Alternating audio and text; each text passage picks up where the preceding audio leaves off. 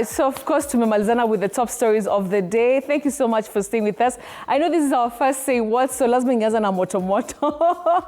And I'm so grateful for you, of course, staying with us last year, and after this year we started together. All right, so of course, let me introduce my lovely guest. Okay, let me begin with the lady closest to me, Lydia Karimi. How are you? I'm fine. You look fantastic. Thank you Happy so New much. Year. Happy New Year. Hey, you look, you've decided this year you're just going to have this glowing and glowing. Glowing in red, black, you know. I like that. And I love the pop. Oh, the pop of color. Yeah, ikiweza kutaka kunitoshia nitakupatia tu. Vile una grow tunakuangalia. Tunakuwa kubwa nitakupatia. How was the New Year to you so far? Very, very good so far. Okay. I'm enjoying myself in work, building my family. It's and the babies are good. Very good. The big kids. Yes. All right. And tonight we have Isaac Kamau. Isaac, karibu sana. Say what? I see. Thank you. Umetujua sisi ni wale tunaongeanga tuogopangi hapa. Yeah. I'll really try to match up the energy. You'll try to. You see today you have some queens over here. I'm already doing some press ups. Ungeanza na hizo amazing. But it's great to have you here and Say What. We have very interesting discussions that are watched countrywide, that have had crazy impact on people who watch. Wonderful. So it's good to have you. Thank you for All having right. And last but not least, you look nice. Thank you so much, Betty. Check it, Dave. Wow. How are you doing? The Say new hi to year. everybody, I Pastor just want to Sue. say hi to everyone who watches Say What. This is a program that you should never miss because we talk about real issues, real things.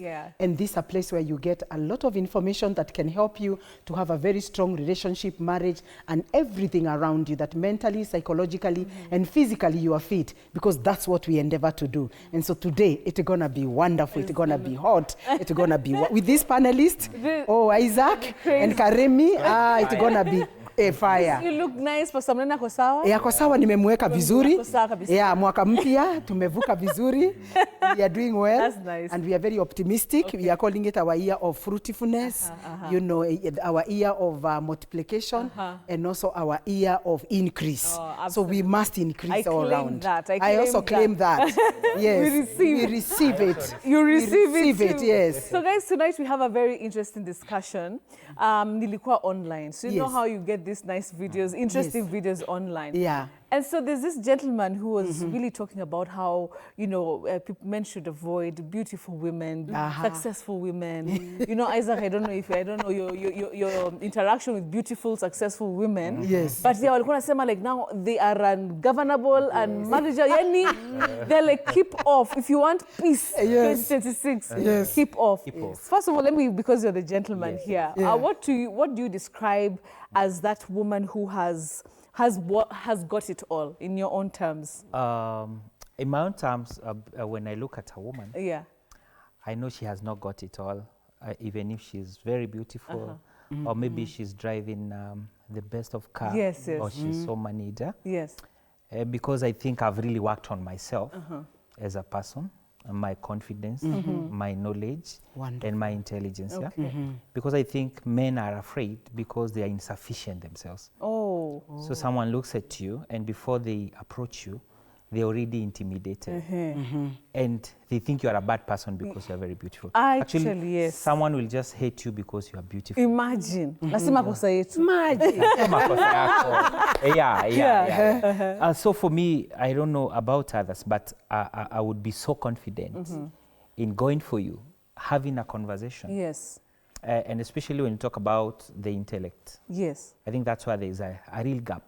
Because you find that you've gone to school, you are really learned, you've really worked on emotional intelligence.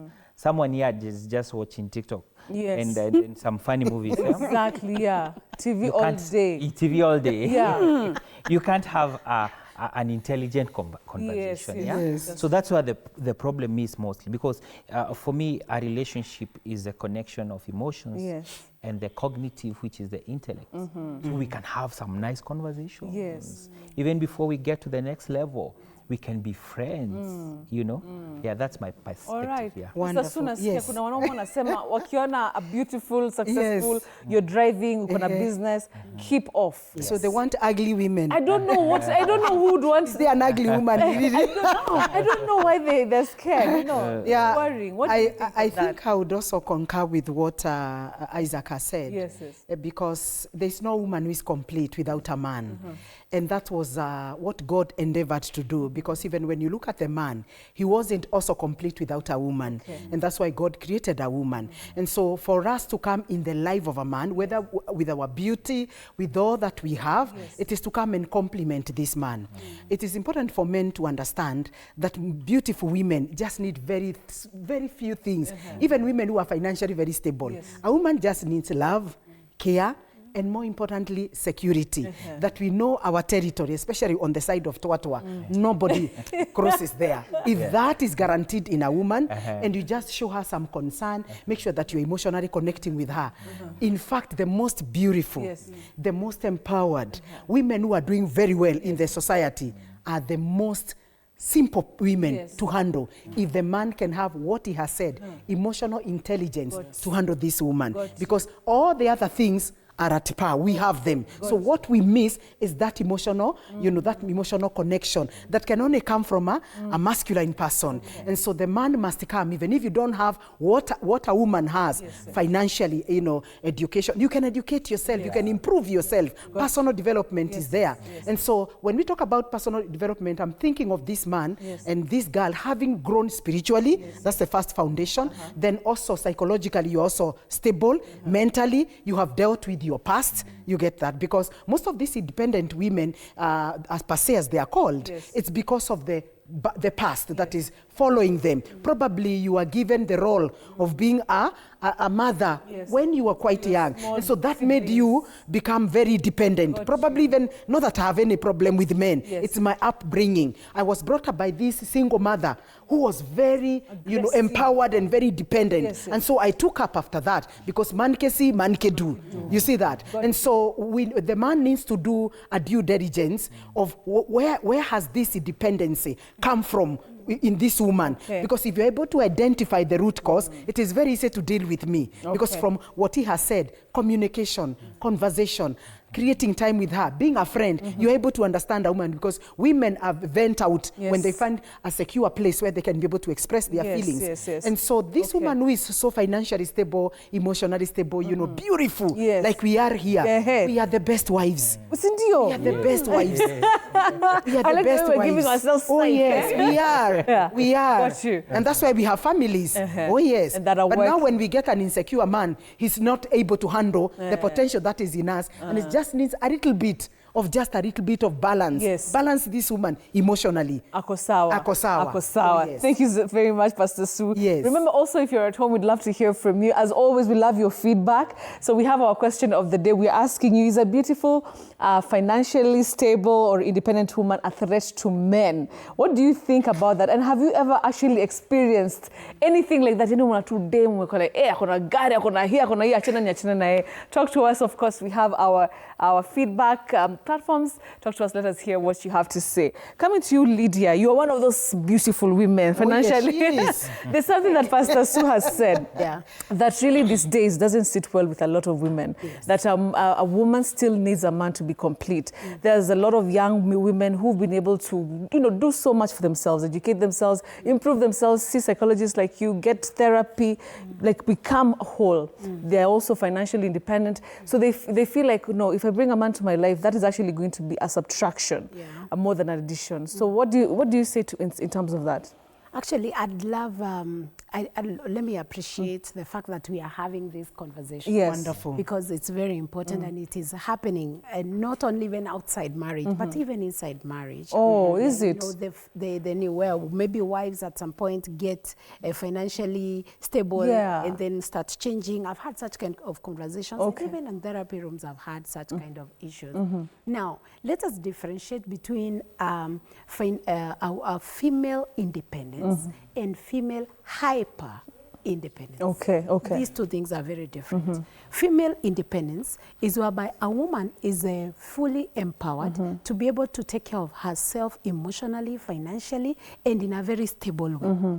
And this is actually what it's supposed to be.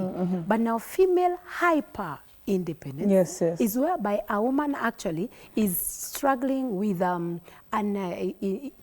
unhealed, we call it unhealed femininity, okay? Whereby, unhealed masculinity. This is whereby a woman has grown up, maybe as Pastor Sue said, that she has grown up in a family where she did not feel safe, in a family whereby her needs were not taken care of, in a family whereby she felt she needed to go out of her way so that she can be able to take care of herself, okay? So she carries a wound and she learned to live in survival mode. So hyper independence is about being in a survival mode. And that is what is wrong. And this is what men or people out here are having an issue with, women who are hyper independent. Because now when you become hyper independent, it's so difficult to control you. You leave alone even control. It's so difficult to have a conversation. It's difficult to have partnership. It's difficult to be vulnerable and appreciate connection. You want to take charge, and it is out of fear. It is out of trying to prove a point that, I have money, I have a say, I have a voice. And that is what is wrong. Got you. Oh my gosh, do you think that affects actually so many of these women with that kind of notion, and they don't know? Maybe they just feel like, me, I'm just independent, me najijua, me nafanya business, I'm doing this. Maybe they don't actually know that it is a problem that comes from maybe way back. Yes. Actually, today, many women are struggling with that. And I've realized that women that are able to get into a place where they may, let's say therapy, that experience, go through therapy, get to learn, receive self-awareness, and get balanced awareness of who they are and whom they are supposed to be, then they're fine. Now, for these other women that are hyper-independent, they're out there and talking about how men are bad, how marriages are not working, they are not good, how connection is not important. You don't need a man. All you need is your car, your money. Your holiday, all those things. It's important to understand that is a wound. What? It is a wound. I think we didn't know that. I'm also shocked. It is. You're trying to prove, you're trying to show us that you're self-sufficient, but your self-sufficiency is coming from traumas that you're dealing with. You've been hurt over periods of time, and now that you've found a way to cover or to mask your insecurities through finance, through money, through even trying to make your body look certain. All those procedures. Now you come out there and tell us this is it. It is not it. Let us go back to heal the wounds that you are carrying. Oh my goodness. Isaac, do you feel like many women don't actually know, they're suffering from what she's talking about, that there's a wound that they're trying to heal with all this, facade of I don't need men and all these things? It's 100% correct, because actually 70% of our thoughts are processing the subconscious mind, are redundant and, repetitive and useless, actually. What do you mean by that? Useless, redundant, and repetitive? What I mean is that we are processing a lot of things in our brain that we are not aware that we are processing. That's why you see people with a lot of anger issues. Like you can step on someone and the words that will come out, it's just the stepping, it's a trauma they are processing, probably a loss and all that. So the danger comes in because most of us never know what we are processing. And actually mental health starts when we become aware of our thoughts and become responsible. We bring them on board. We bring them back to their conscious mind. And now we are responsible that I will think like this. And I'm responsible for my thinking. And you see, even the Bible talks about, as a man thinks, so is he. We are products of our thoughts. And when we think, there are two kinds of thoughts. There's an emotional thought and there's a cognitive thought. For example, people who kill, it's out of an emotional thought. Most of these crimes that we see, but they were never aware that that was bound to happen. But it's when we empower our cognitive that even before we process an anger issue, a frustration, you first of all think about it. And that's where I really focus on what we call emotional intelligence. Where I'm like, an emotion, because we have got a brain that is an emotional brain. And so many of the women today are processing 70% of the thoughts that they are processing, they are not even aware of. You get? So from the actions, these actions come from the things that they're processing, even unknowingly. Unknowingly. Unknowingly. And this is a person who has gone through loss. They've gone through maybe a divorce, a separation. They've never even gone for counseling. They've never come to a realization that, oh, I need help. So maybe someone saws themselves with a beer or with a company or just some coping methods. But they've never actually gotten real healing. All of us probably have lost loved ones. But how many of us have processed it successfully? Most of us are still in grief. And the grief still mounts on another grief. We are losing again and again and again. So that's why the behavior, everybody is behaving as a result of a thought, whether it's emotional or from the cognitive. All right, got you. Pastor, so do you think Basi society is unforgiving a little bit to women who are going through these things and they don't know? We just see these women who say, me, I don't want men, and there's a lot of harshness towards that. I don't want kids, or why don't you want kids? You must have kids to be a complete woman. Do you feel like society is very unforgiving and very harsh to women who are going through these things, even when these women themselves, they don't know, there's a wound they still have? I think it's true. The society is actually very harsh. And you see, now this society does not know that this person has a challenge. That's the problem. And then also, I would want to advise other people who are listening to us. Going to therapy is not a sign of weakness. I don't know how we're going to shout it. I don't know how we're going to say it. Because all of us here, seated here, we are a product of people who sat down with us and helped us to come out from our past, emotional wounds. And that's what the challenge there is, because outwardly you may look like you are okay. But emotionally you have a wound. And you see, an emotional wound, a psychological wound cannot be seen. It's not like a physical wound that is physical. And so you find that these people have a lot of inside battles within them. And so just a small thing, just a small achievement makes you feel puffed up, as she has said. You feel like you are high. You get this spirit called pride. You know, pride, you feel like you are all enough. You don't need anyone. But this goes up to around 60 years. When you reach 60 years and above, you discover that you are a relational being. Now the beauty that the figure 8 has gone down. The children, you are now in menopause. You now want to relate with people and you disconnected yourself.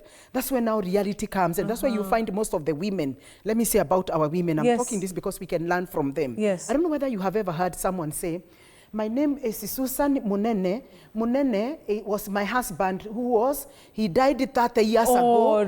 They get identity. Even when the man died 30 years, 40 years, but they are still, they feel like that was if they don't mention that late husband, you will not recognize me as Sue. That's a wound in our parents. And you see, now we were raised by parents who had emotional wounds, psychological wounds, who even told them to go to a counselor. And so we are a product of that. And so we are likely also to hurt our children even as we bring them up. Remember this statement that we keep telling our children, take care of men, don't depend on men. It might look like a very good very good a lot of women you need to be self-sufficient as a girl. Unaona huyu mama vile anateswa kwa sababu hakusoma. You might just say words, but you don't know that they are going to the subconscious mind. And when that girl comes to her realization that money has now empowered her, she might frustrate the partner, not because the partner has any challenge, but because of a comment that was said by the mother. And especially comments that are said by mothers really matters a lot, even fathers. And so we really have to be very careful to make sure that we assess ourselves and go to counselors. Let's go and see Karemi, let's go and see Isaac. These people are so idle and they are waiting for us. We come, and the healers, they have all this knowledge. Why should I struggle with Pastor Munene about anger? Whereas I would have come to Isaac and tell me, I think, Pastor Susan, can you explain to me how was your relationship? How was your background? So the society is very harsh because they are seeing this woman who is okay, but she's not okay. She's not okay. And then the worst about it is when a woman has all this money, we are given a very good rank in the society. We are the people who are given the first place to talk. You see now, we release all that. You release that energy to the people. Yes, yes. And so I will stand and say, men are like this. And and if Susan has said that, yes. then this is true. This is the truth. You see? So at the end of the day, we are messing the society, yes, because most of the young people copy us who look like they are the role model. Yes, yes, and so it's a real challenge because it's a mental problem. It's just like the way I hear Karemi say that men who are narcissistic don't even know whether they are narcissistic. They keep hurting people. This is the same problem. Yes, I think it's a disease of women, in that spirit of independence. Remember, I'm just being reminded of Eve. You think there are only two in the garden. Then somebody strange comes in and begins to talk to Eve, and Eve sees no importance of asking the husband, who is this person who has joined us? Yes. Because God does not come this way. Because the Bible says God used to come in the Eve and they would have, communion and fellowship. But because of that spirit of independency, she talked with this guy, they planned, and everything went haywire, wrong. You see that? So this spirit of independence is begun with Eve. And so it is an Adamic, would I say an Adamic weakness that is in a woman. Feeling, and that's why women, when they get money, unless really you are controlled by the word of God, and you understand the submission comes from the word of God has to take control over your thoughts. Not many rich women, not many educated women, not all of them can be able to submit and respect a man. But I keep asking myself, if I am not going to respect and honor Pastor Monene, can I give myself children, the children I have? Can I have them by myself? No, you can't. You live in isolation. There are times I just need a masculine energy. You know, hata kama ni kuniambia pole, these are women just do it. Just men, the masculine. They may not have many words, but that is enough for a woman. And so we need to tell our girls that they need men in their lives, but they need to come when they are healed. And that's why it's very important, probably before you get into marriage, go for therapy. Go search yourself. And this other boy or the guy, let him also go for therapy. So that as you are coming together, you people are healed. You're going to produce a very wonderful relationship and very, very, very balanced children, because both of you are not hurting. Oh, yes. It all goes back to therapy. Therapy. I think Say What has just been the champion of going to therapy, therapy. All right, Pastor, thank you for that. We'll take a short commercial break, but we're coming back to continue. Don't go away.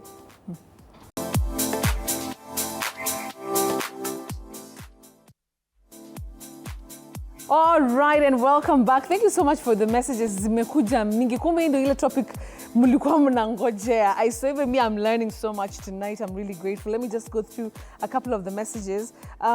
This is, hi Betty and the rest of the panelists. I'm Kalecha from County 001. Happy New Year. Back to the topic today. A real man will not fear a well-rounded lady. This will only affect inferior men. Isaac utatuambia kama ni ukweli. Hyper-independence is extreme self-reliance, not because one truly doesn't need others, but because relying on others feels unsafe, uncomfortable, or wrong. That's what, Lydia, you're also talking about hyper-independence. Charles from Kayole, you're saying, for me, I support those kind of women.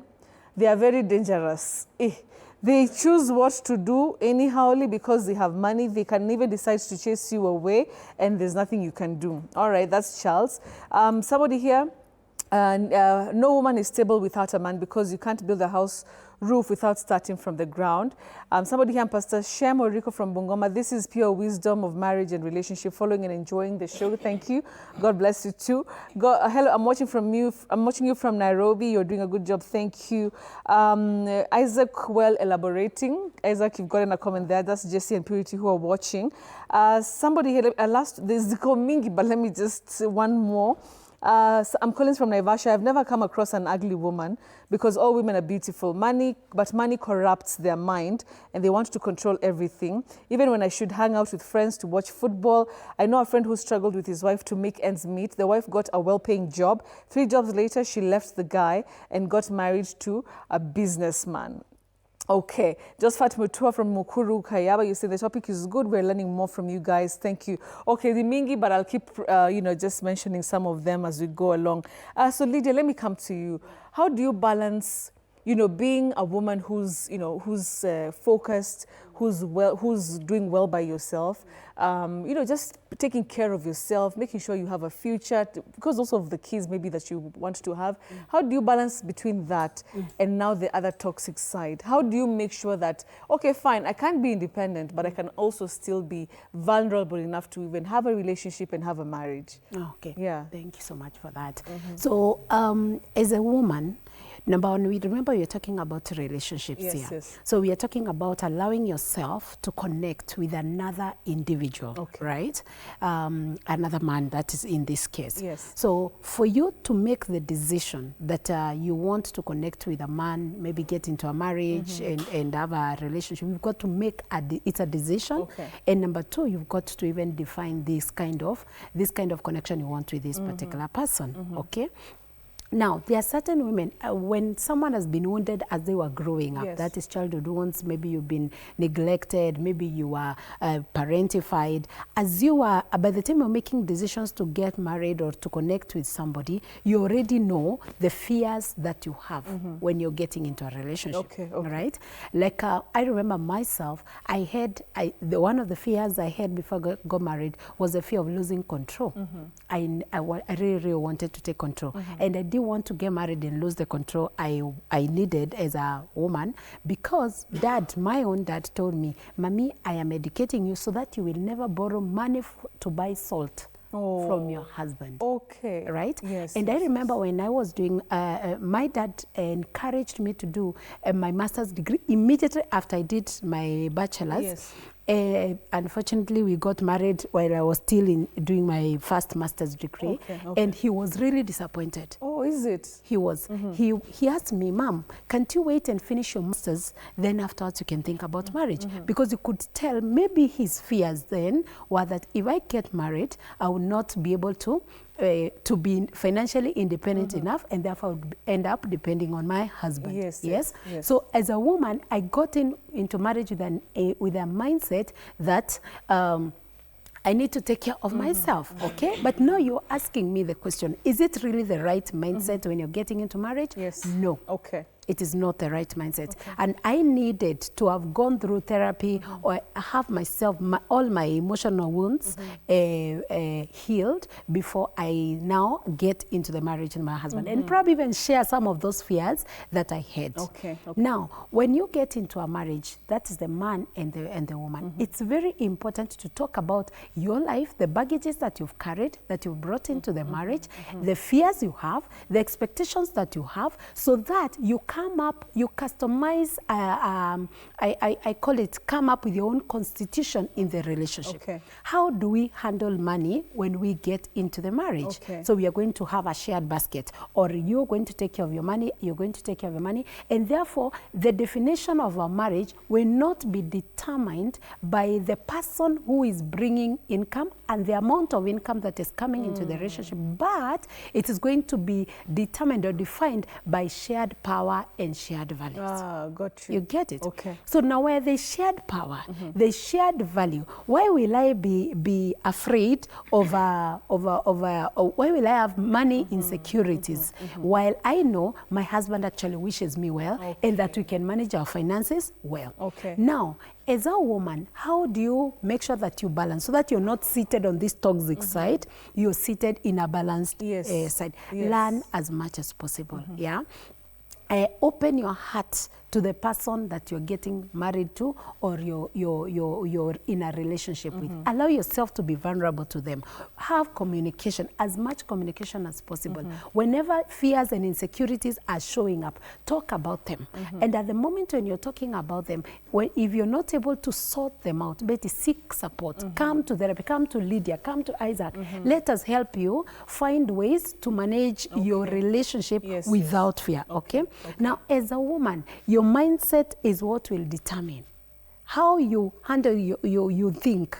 As Isaac said, our lives reflect what we think, is a reflection of what we think. If you think that by having a higher power, higher financial position than my husband is the only way that I can be able to manipulate situations in the marriage relationship, then that's a wrong mentality, okay? But if your thought process lingers around, it is our money, it is our project, it's our investment, then that is right. And therefore, therefore, as a woman, as you work, even if you make as much money as possible, then you're going to bring money to the table because it is your money and you're feeling secure about it. So how do you get your self-worth? How do you define your identity and self-worth? If it is about power, then that is wrong. But if it is about connection, that is right. All right. Well, okay, I've learned that. It's a lot. It's a lot. I feel like you should send us an invoice. Yes. Isaac, let me ask you, but do you think also that men have played a very big role also to make women feel like they are always on survival mode? Maybe the people who they've dated, women who've also ended up being divorced, that, you know, sometimes men have actually played that role in making women feel like, I cannot trust another man. So it is actually just for them to feel safe and secure. That's why they want to amass as much as possible, be as independent as possible because of a problem that men actually created. Yeah, perfect. Yeah, that has been the case. Actually, I was doing my research, and most young girls who are even getting into lesbianism have issues with their dads. Oh, really? They're coming from families where there is a divorce or where the father beats the mother. Oh. So they've lost trust in men. Oh, okay. And that's why it's easy to say men are dogs. Yes, those things. And so when they meet in school with other girls who have similar experiences, now they validate it. And it's a big challenge because, again, it's the same thing that's leading to suicide, suicidal ideations and all that, Because, again, it leads them to abnormal relationships. And there are these godly relationships that God has created for men and women. So through what we call SEL, SEL is social and emotional learning. For example, depression is learning to be helpless. Just like you can learn a skill, you know, you learn to be a psychologist, you learn to be a journalist. You're exposed to certain situations and you become helpless. Your brain basically learns that. And there's a dying of cells in our brains that are called neurons.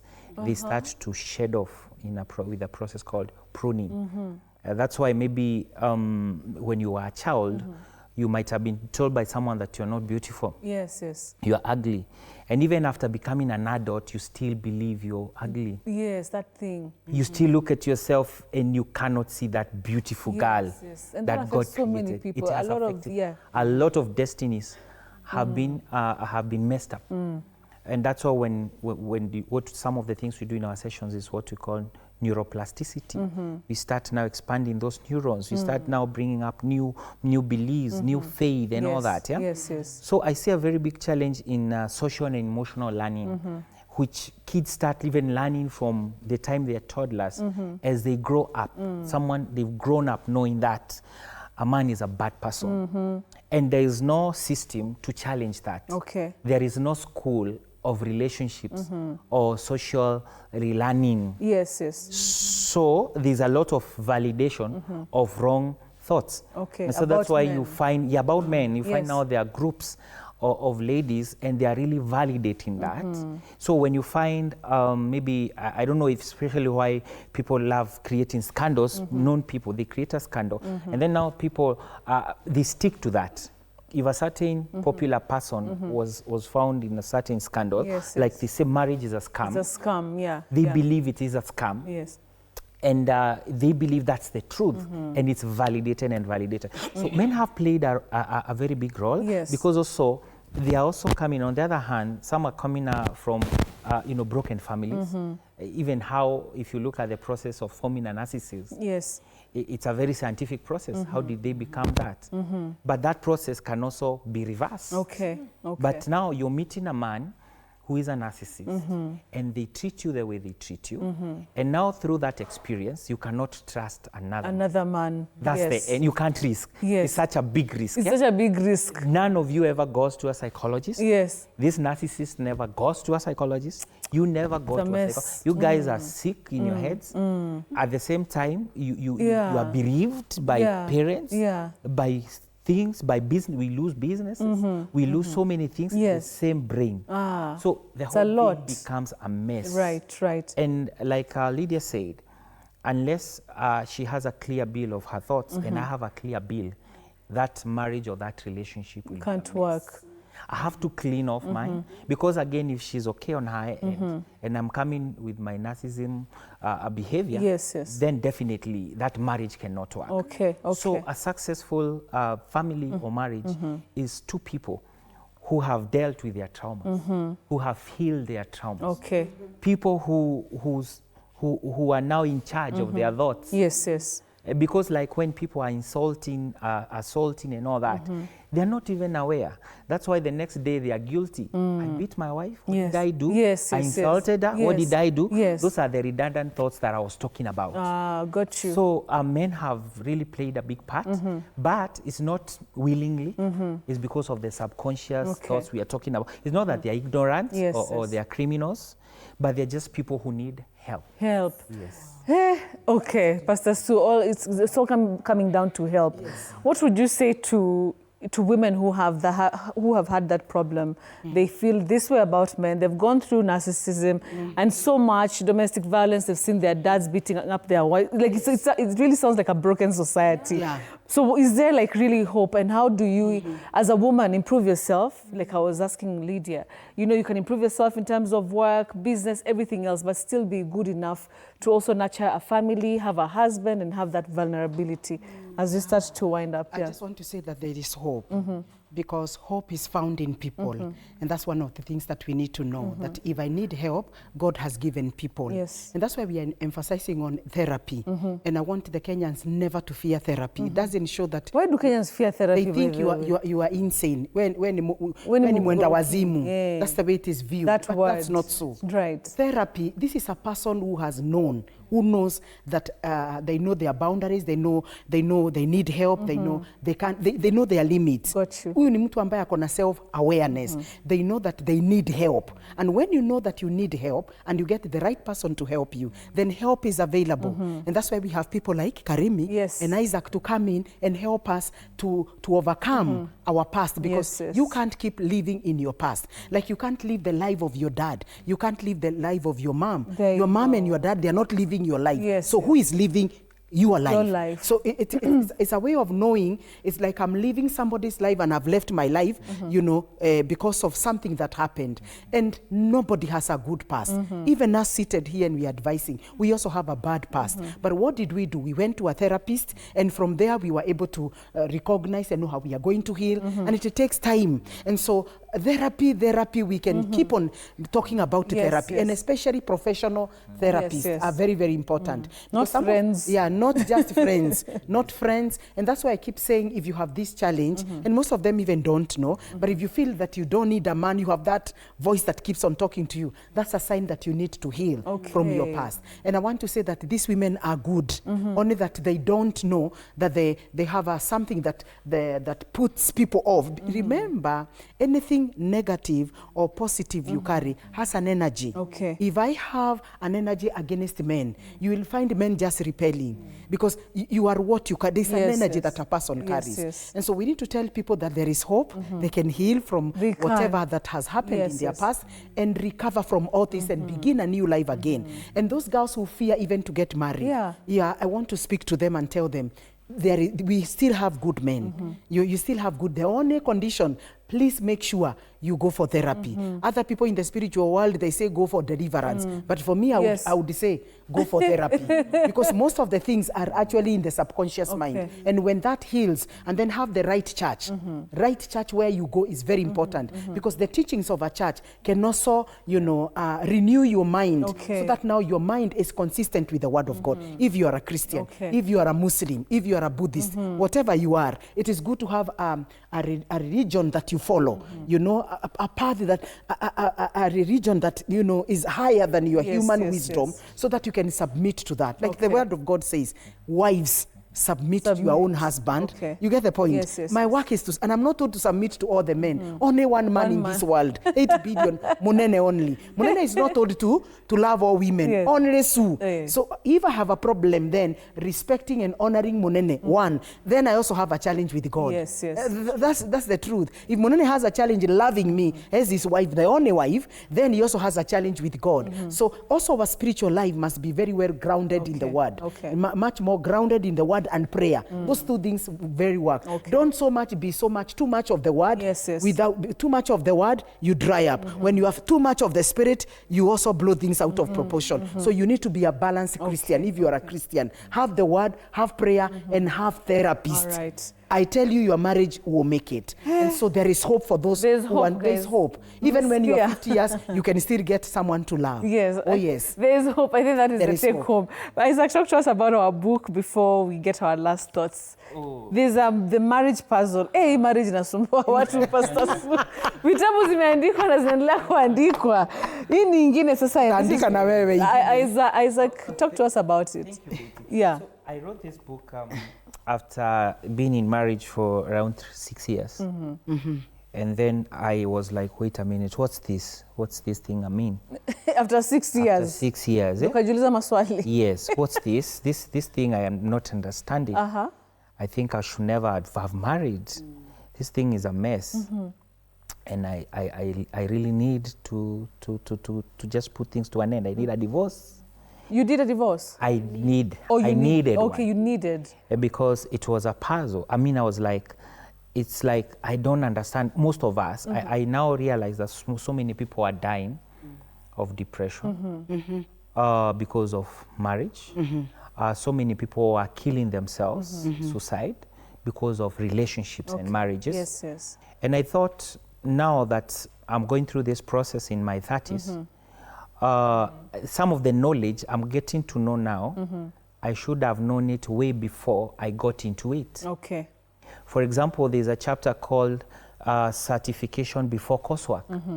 Like, I did a wedding and I think they put a certificate there. And I thought that was an illegitimate certificate. Yes. And the pastor should be arrested. Because you didn't do the course. I didn't do the course. Yeah, no, and now these guys are giving someone, it's like a driver who's given a driving license and they don't know how to drive. Yes, yes. And then they're expected to drive well. So if they don't drive well, they are condemned. Yes, yes. They are rebuked and all that. Yeah? And so I felt it's a puzzle. Okay. Because many people, we get into it when we are very young. Okay. And we don't understand. All right. And this puzzle needs to be understood before, especially for the young people who have not yet gotten into it. They need to just patch a number of puzzles. For example, there are 4 books inside this. Like talk of boundaries in dating, talk of love languages and all that. Yes. Those are books I wish I read before. So those are some of the puzzles I've written that we need to patch them for us to enter into good marriages. All right. And even if we're in good marriages and we feel like we are giving up because we never gave up, we sat down with my wife and we said, you know what? The puzzle has been solved. We have also sorted God, and God gave us some few instructions. Go and love your wife. And for the wife, go and love your submit to your husband. And so this just, it's not like I've patched 100%. Yes, yes. But at least a portion of the puzzles have been patched. And we healed. Our children healed. And we got the hope and the strength to push it. You even have that smile talking about your marriage. I'm happy you guys didn't divorce. Good job. All right, so how can we get it very quickly, Isaac? It's at Nuria Bookshop. Nuria, Nuria. It's in Bazaar. Second floor. Okay, Nuria Bookshop, guys. Check it out if you want to get the book, The Marriage Puzzle. Sounds like a lot of people need it. So make sure you get it at Nuria Bookshop. All right, Lydia, how can people get to you at least when they need that therapy that you're talking about? Therapy. Tukupate aje? Kunipata ni rahisi sana. You can call us on 0729795131. That is our office number, 0729795131. Or you can visit our offices at the Spa Mall. We have a number of therapists. So if you make a call or you come and visit us, then we're going to make a booking for you. And for the hyper-vigilant woman, for the hyper-independent woman, we will help you to find grounding techniques to help you manage your nervous system so that now you can start seeing life and doing life differently. All right. So Spa Mall, which floor? Second floor. Second floor. All right, guys, you know that. Finally, our lovely Pastor Sue finished the show for us. I just want to thank you so much for being with us. Say What? This is the program where you learn and you also learn, and I'm so glad that you have worked together with us. When you want to find me, I'm always at Clay City Medical Center, Kasarani. That's where we have a medical facility that has been there for the last 25 years. That's where I practice, and when you come there, we deal with men, and we also deal with women. Men who have erectile dysfunction, if you have a masturbation side effect as a man and a woman, you have diabetes, hypertension, these chronic conditions, we are able to help you overcome all these things. And when you come there, you're going to get me. My number is 0712 265 746. 0712 265 746, and this is going to be your great year. May God heal your marriage psychologically, emotionally, in Jesus' name. Amen. Meskia, guys, thank you so much to my lovely panel. That was a fantastic topic. Oh my goodness, I feel rich in my heart, and I hope our audience also feels the same. We have that mindset really has to change. Yes. It has to change. All right, so thank you so much for watching. We'll see you again next Saturday, God willing. Till then, you know what, be kind to one another. Let's go for therapy. Let's get the help that we need to sikaya po na mashida zilina wounds. Let's get healing in 2026. Happy to be here, of course, to be your host. We'll see you again next week, like I mentioned, God willing. Till then, good night. This has been Say What? Say What?